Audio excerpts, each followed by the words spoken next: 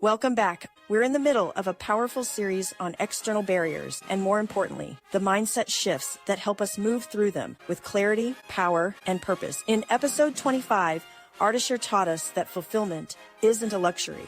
It's a direction worth pursuing. Then, in our last episode, 26, Cam Kashani took us even deeper. She showed us what it means to reconnect with our core essence, reclaim our feminine power, and step into radical self-responsibility. Now, in this conversation, we expand that journey with the incredible Ande Lyons. Ande is here to dismantle one of the most invisible yet powerful external barriers we face, ageism, and the internalized stories that come with it. Together, we'll explore mindset shifts like why ambition is ageless, how to reframe retirement as a launchpad, not a finish line, and how to claim visibility and value, no matter your season of life. This is not just about getting older. It's about getting louder in the most grounded, joyful, powerful way possible. So, do me and yourself a favor. Download this episode. Downloads help us reach sponsors and advertisers who can amplify this movement, and it ensures you can listen whenever, wherever inspiration strikes. Let's dive in. All right.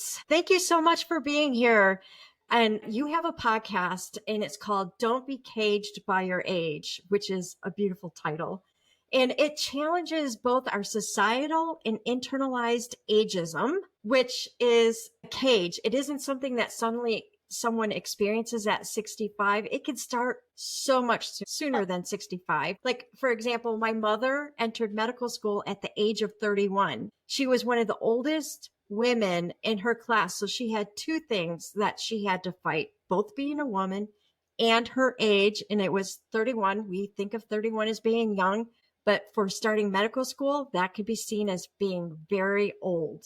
And she faced subtle exclusion for being not normal. So my question for you are, what are some of the early moments in life when people start to feel caged by their age? And how do subtle acts of exclusion shape the choices they make way before retirement? First of all, thank you so much for having me on your podcast, Natalie. As a former startup founder myself, 4-time startup founder, but also as a former global startup mentor, you can get caged by your age as soon as 20 because people are like, oh, you're not old enough, right, to be doing this. You can also get caged by your age in your 20s if you're an actor or in the modeling world, right? Oh. But in the context of our conversation today in the corporate space, people begin feeling caged by their age much earlier than you would expect, sometimes as early as their 40s or 50s. And what you'd start to see is they're being passed over for promotions or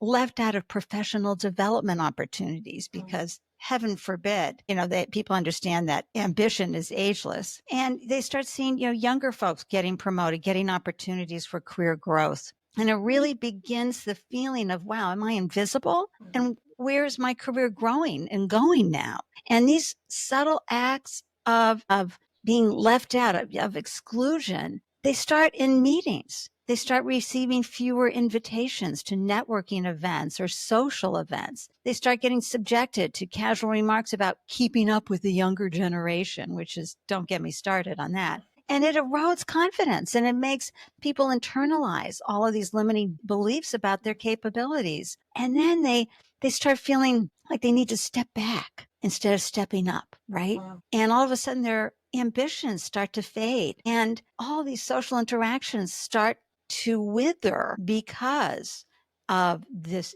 ageist beliefs and limitations that are around them. And I'm always going to be the one saying ambition is ageless. For someone who's reaching retirement age and realizing they've internalized these barriers for decades, missed opportunities, how do you begin to the process of uncaging yourself? Well, first of all, aging isn't the barrier. Society's perception of it is. Age is not the enemy either. And what's happening is entire generations of talent are being wasted because of societies and institutions' perception of aging.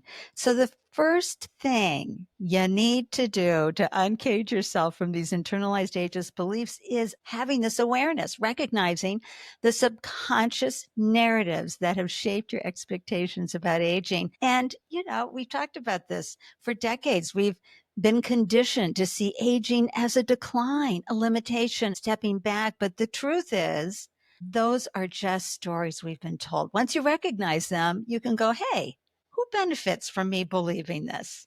And often it's industries that profit from fear of aging. Then you look for counterexamples like tuning into the Don't Be Caged by Your Age podcast and following the podcast across social media, because I'm constantly amplifying people thriving in their 60s, 70s, and beyond.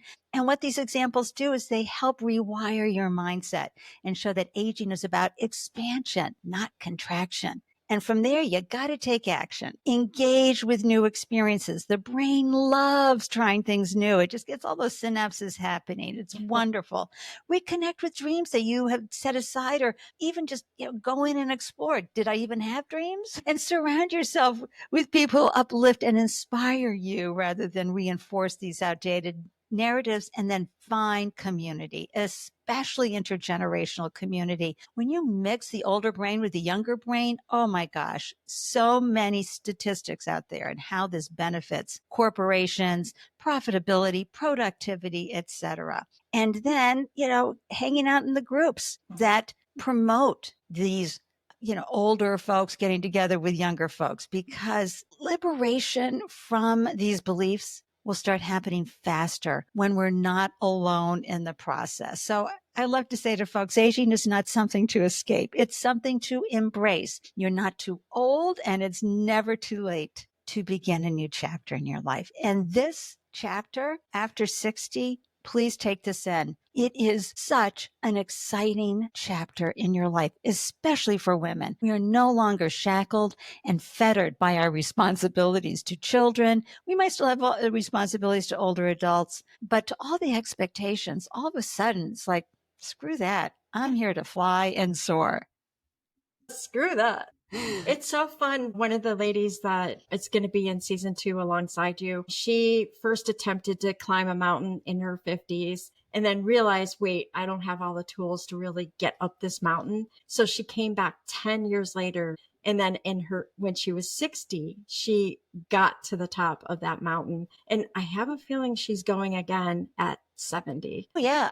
I interviewed Jenny McCall, who's 72 today and has the Guinness Book of World Records as the oldest female ninja athlete.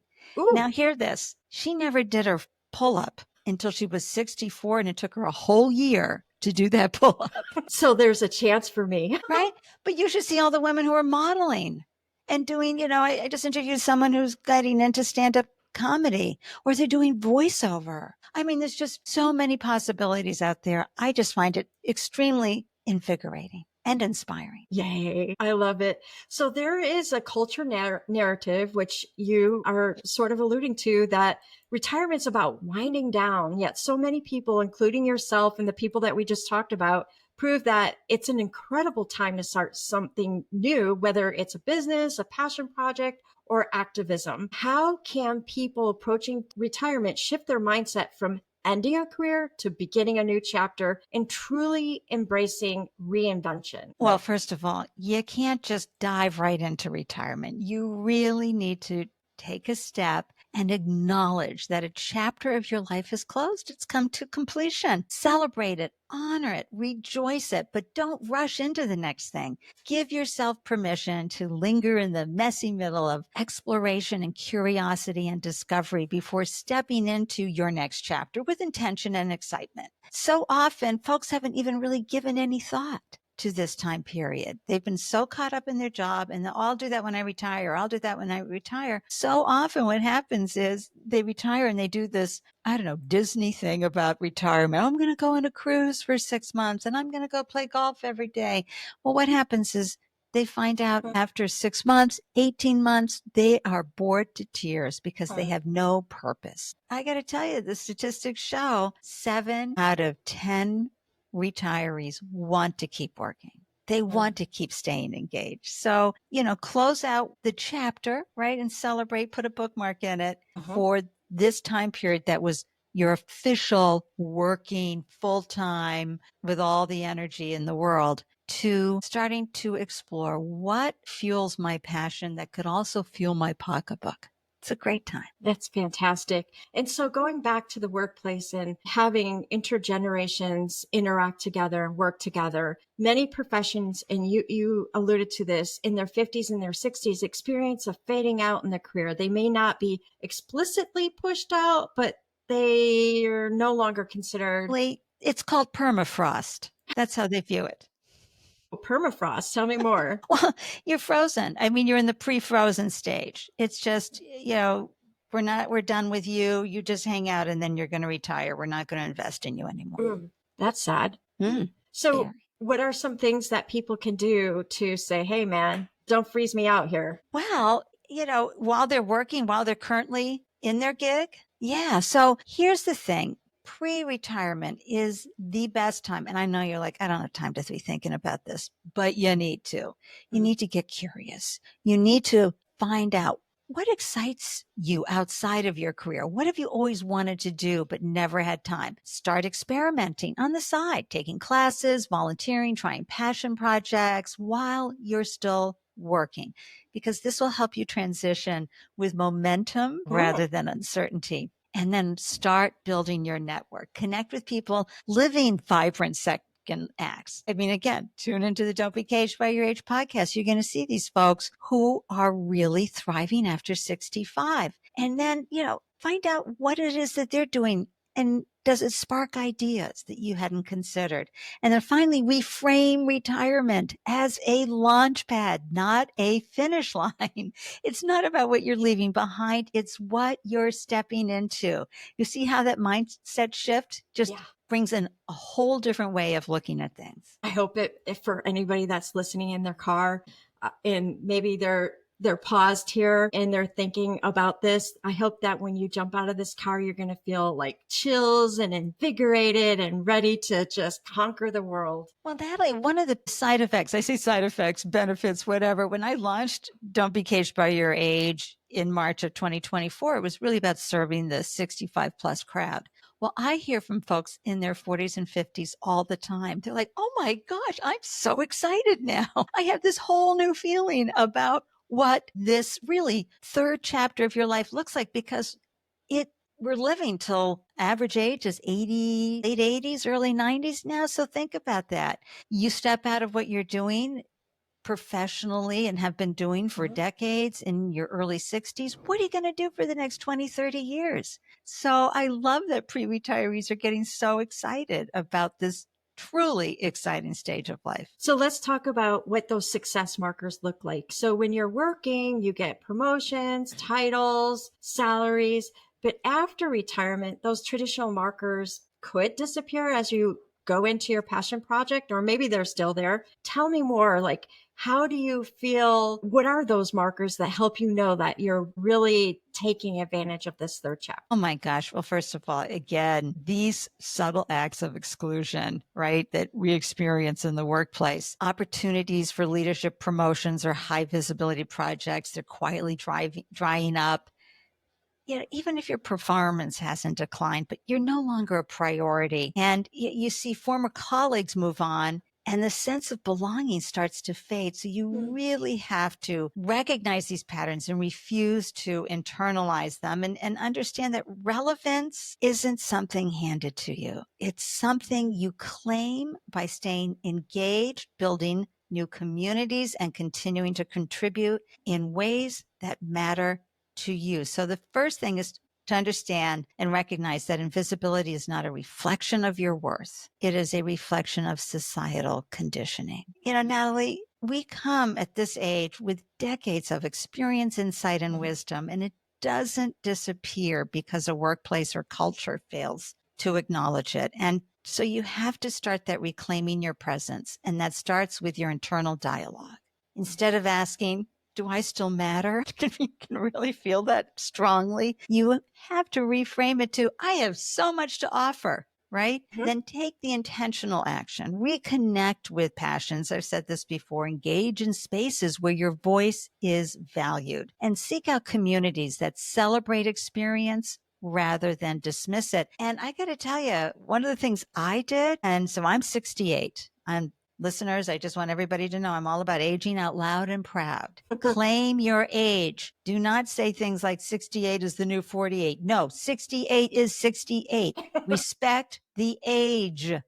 You have brought decades of experience, right? Natalie, remember we were out to dinner. We had that lovely, well-intentioned man who thought he was giving our colleague a compliment by calling her young lady. And she's, she just turned 55. No, that is an insult, folks. You have decades of experience. Queen, goddess, the one and only, those titles work, but not young lady. So, but one of the things I did, because I was looking around to say, how can I find community? Because also when you're at this age, you have a higher level of discernment on what you're going to do with one of your most precious assets, which is time and also your energy. And so where you hang out, who you hang out with, it becomes really important. And I, as a seasoned podcaster and serial podcaster since 2012, I love podcasters. And I noticed we didn't have any support group for the New England region. And I said, well, I'm going to create the New England podcasters group.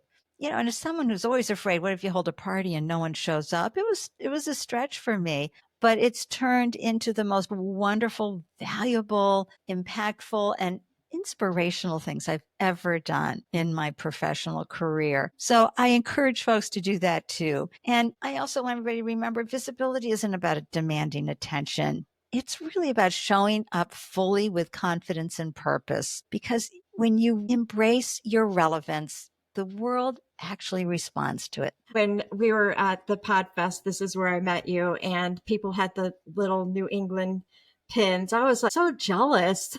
And you're thinking, oh, I hope people show up. And actually people from the Midwest were jealous that they went there. But you invited us to dinner. That's so we right. got to be adopted. Yes. And belonging is such a beautiful thing, right, Natalie? Yeah. And nobody's judging me about my age in the group. It's about, the conversations and the connections, the meaningful connections, and in-person connecting is just such a beautiful thing. So I encourage folks, if you can't find a community, start one of your own. Yeah. So in doing so, not only are you lifting yourself up, but you're lifting others up. And that's where the ripple effect happens. Exactly. Touching lives. Woo! Woohoo! As we think about the next topic, we often talk about making workplaces more inclusive for different generations, but what about the world outside of work? I mean, you mentioned that you started your own club with the podcasters, which has been a great thing. A lot of people show up to that and it's really been moving. What are some other places where people can actually think about volunteering or building themselves a community? Oh, creating a society where people over 65 are not just included, but actively shaping culture, the economy, station. It's all about dismantling outdated stereotypes and replacing them with these new narratives around aging. And I'm part of the pro-aging industry, right? So we're in movement, and it's so much fun, just post after post, really celebrating what pro-aging looks and feels like. So the most important thing is to amplify visibility. And so as we see more engaged and innovative older adults leading, creating, and contributing, the more we shift our perceptions. And then media, business, and organizations, they need to showcase real diverse stories of aging, not just tales of decline, but of reinvention and impact. So a great example was a wonderful new platform that many of us love to pieces, and it's woman-led, female CEO and COO. It's called Blue Sky Social. Oh, yes. And for their 1-year anniversary, what did they do? They showed, hey, we turned 1. Isn't that great? They showed a woman, an older woman on a walker with her head down in stereotypical clothes saying, wow, Blue Sky turned 1 this year. And then a younger woman, probably a young millennial, older Gen Z, saying, yeah, Grandma, let's get you back to bed. What a slap in the face. What that does just for intergenerational connections and perception, why we had a heyday going over and, just sharing everywhere on LinkedIn why that was inappropriate, unacceptable, and definitely against their own community guidelines for bias. It was huge ageism discrimination. And not that anybody ever responded, because it is a very decentralized, organic, open source company. Mm-hmm. They don't have like probably a department that's in charge of memes or anything, but we used it as an opportunity to help educate folks that this is unacceptable. When you go to buy a birthday card, a greeting card, right? Oh, they're constantly putting down age and, how stupid you are and you're old. This is one of the reasons why I came out about my age, because Lord knows, until I turned 66, I wasn't telling anybody. They had a monthly pitch event, Natalie, in Boston for 3 years for startup founders. My biggest fans were under the age of 30. They couldn't get enough of me. But at the same time, at the pitch event, I would often hear, you need to pitch your business as if you were telling your grandma. And hello, gendered ageism right there. It's never grandpa. It's always grandma. Yeah. And so I would jump up out of my seat and I would say, hello, we were coding and building tech companies in the 1970s. Shut up. But at the same time, a very youth-centered culture, you didn't want to say your age. And I got that root US 66 sign for here in the US. I held it in front of me and took a photo, and you can see in my face, will you still love me now that you know I'm this old? But it really helped me shift the paradigm and the narrative around, especially for women, Natalie. Don't say your age. No. Claim your age. I'm 68. I'm a classic 1956 model. That's the year I was born. Celebrate that, claim it, respect it yourself, and you'll start seeing others beginning to respect it and not have it as a barrier. But boy, it's in society, it's so easy to consider age as a barrier. And what I love about Don't Be Caged by Your Age podcast is I have a few early 60-year-olds, but mostly everyone's 65 and older. Oh my gosh, the representation is so exciting.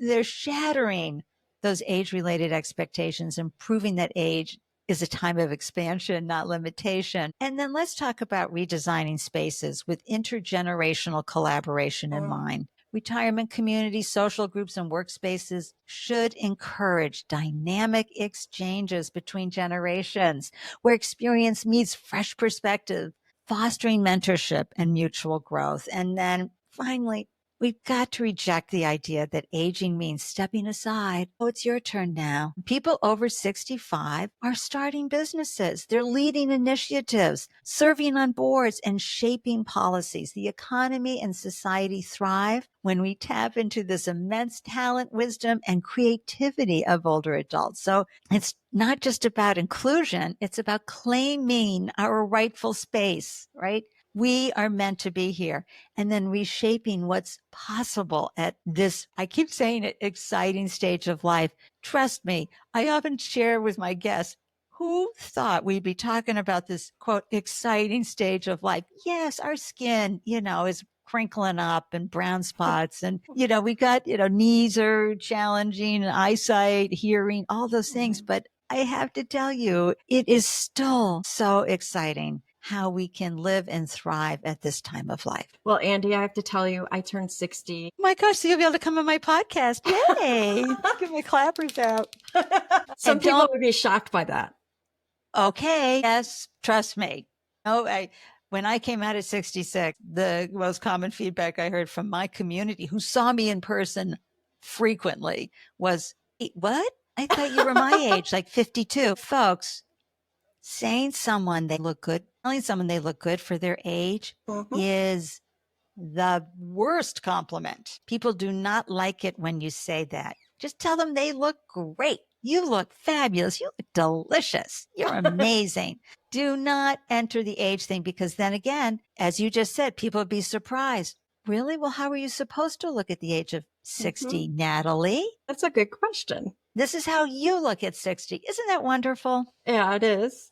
So what are some of the final takeaway items that you really want this audience of women who are ambitious and ready to dream and go after their dreams? What is the final thing that you would like to say to them? Oh my gosh. Well, first of all, you got to check out my interview with Diane Gilman, who at 59 she had a really stunning career already, wanted to change the face of jeans for the midlife woman. She wanted nice, tight, delicious looking, attractive, sexy jeans. And her industry told her, nobody wants to see an old, fat woman in tight jeans. Well, she went on and created a jean line where she made $100 million year after year after year in her 60s. It's such a phenomenal story. And she's gone on now to do amazing things. She's 79 now and still really bringing her glorious goddess self to the world. So I feel that we're in the midst of a powerful cultural shift where people are no longer, fingers crossed, seeing post-retirement as a time to slow down. They're seeing it as a time to ramp up, but in a way that they're managing their energy portfolio,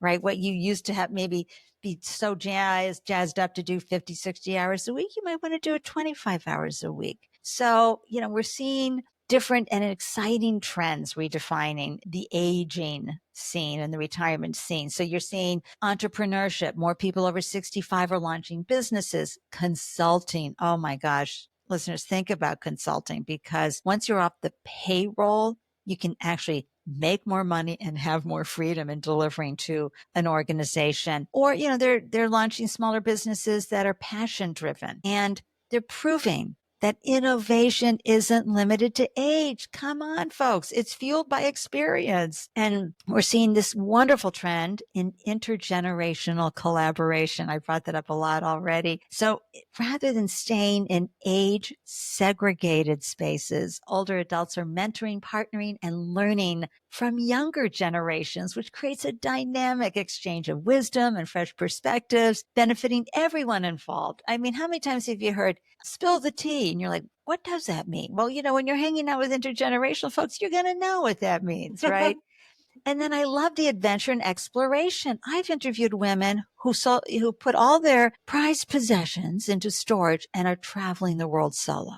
Right? Or we talked about Jenny McCall doing extreme sports, ninja competitions. Yeah. Come on. And so we're removing what appropriate aging looks like. And there's a growing movement in folks in their 60s and 70s and beyond embracing these new experiences and adventures and actually pushing their physical and mental boundaries. And then, you're hearing a lot of focus on the movement around the brain health, right? And overall well-being.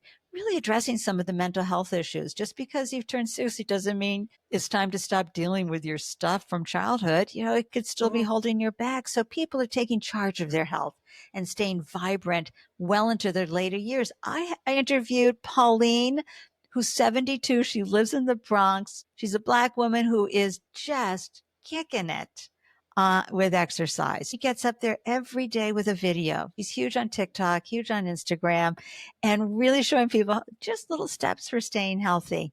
And then there's the representation we're finding in media, like my podcast, Don't Be Caged by Your Age. We're amplifying these stories. And you may have seen reels about somebody who turned 101 or somebody who's water skiing at 90. My TikTok feed for Don't Be Caged by Your Age is filled with that. If anybody saw the SNL 50th celebration where Cher at the age of 78 came out and saying, if I could turn back time, she was in the outfit she was wearing when she did that video way back in 1990 or whatever. But what I took away from that performance more than anything, honestly, the joy pouring out of her face and body as she was being fully expressed, Natalie. I shared that video everywhere on all my social feeds because I said this at 78, most of us would be like, I couldn't be out doing that. I don't care, Botox, surgery, doesn't matter. It was the joy pouring out of her eyes and body. So this is what we need to see, is that amplification and,